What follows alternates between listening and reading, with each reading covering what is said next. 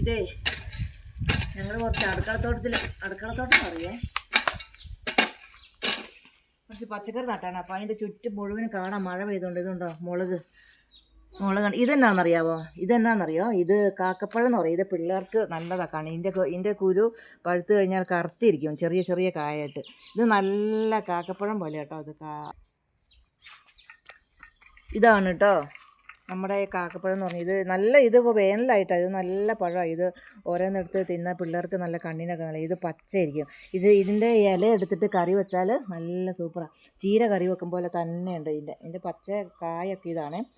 ഇതിൻ്റെ ചോടൊന്നും ഞാൻ കളയല്ല. ഇതൊക്കെ നല്ലോണം ചെത്തിയിട്ട് ഇതിൻ്റെ ചോട്ടി കൂട്ടിയിട്ട് ഇത് നല്ലതാണ് കറി വെക്കാൻ നേരത്ത്. ഇതൊക്കെ അതിൻ്റെ ഇത് അതുകൊണ്ട് ചീനി ഇതുണ്ട്. കാബേജ് ഉണ്ട്. കാബേജ് ഉണ്ടോ? ഞങ്ങളുടെ കാബേജ് കൂടി വരുന്നേ ഉള്ളൂ. ഞാൻ അതിൻ്റെ ഇടയ്ക്കൊക്കെ ഓരോ പുഴുവും അതും ഇതൊക്കെ ഉണ്ട്. എന്നാലും അതൊക്കെ എന്നൊന്ന് നോക്കി തട്ടിക്കളയും. അതുപോലെ തന്നെ ഇതിൻ്റെ ഇടയ്ക്ക് ഉണ്ടോ അത് ചീനി വെക്കുന്നത് ഉണ്ടോ? ഇതിനകത്ത് ഫുൾ മുളകൊക്കെ ഉണ്ടാകും. നല്ല മുളകായത്, നല്ല ഫ്രഷായിട്ടുള്ള മുളക്. ഒരു ചാണകപ്പൊടി അല്ലാണ്ട് വേറെ ഒരു സാധനം ഇതിനകത്ത് ഇട്ടിട്ടില്ല. അപ്പോൾ പിന്നെ നല്ല സൂപ്പർ. അതുപോലെ തന്നെ പിന്നെ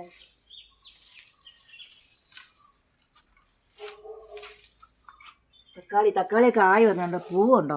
പൂവൊക്കെ ആയി വരുന്നതേ ഉള്ളൂ. അപ്പോഴത്തേക്കും മഴ പെയ്ത കാരണം കൊണ്ട് ഇതിങ്ങനെ പടർന്ന് കിടക്കുക. ഇപ്പോൾ ആയി വരണം. ഇതുണ്ടോ അതിൻ്റെ പൂവുണ്ടോ? ഇതുണ്ടോ തക്കാളിയുടെ കായും പൂവൊക്കെ ആയി വരുന്നത്. ഇതുണ്ടോ ഇതൊക്കെ ആയി വരുന്നതേ ഉള്ളൂ.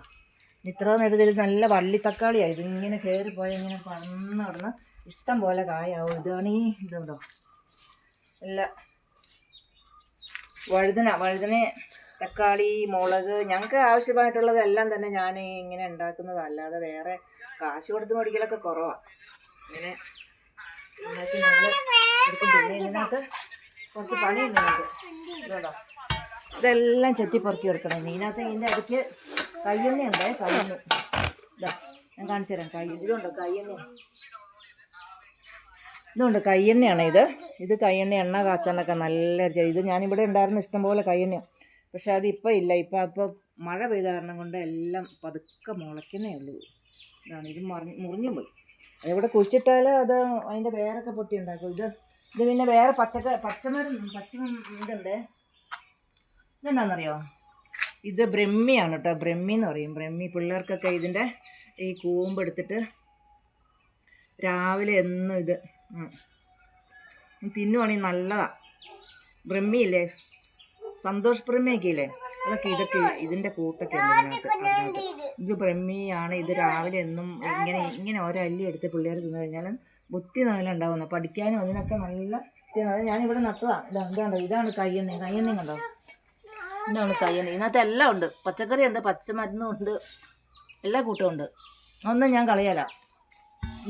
ഇതും കൊണ്ട് ഞാൻ പച്ചമരുന്ന് ഉണ്ടാക്കും, എണ്ണ കാച്ചും, അങ്ങനെ ഒത്തിരി ഗുളികളുണ്ടാക്കും. അങ്ങനെ ഒത്തിരി കാര്യങ്ങളുണ്ട് ഇതിനോട് നടക്കാനായിട്ട്.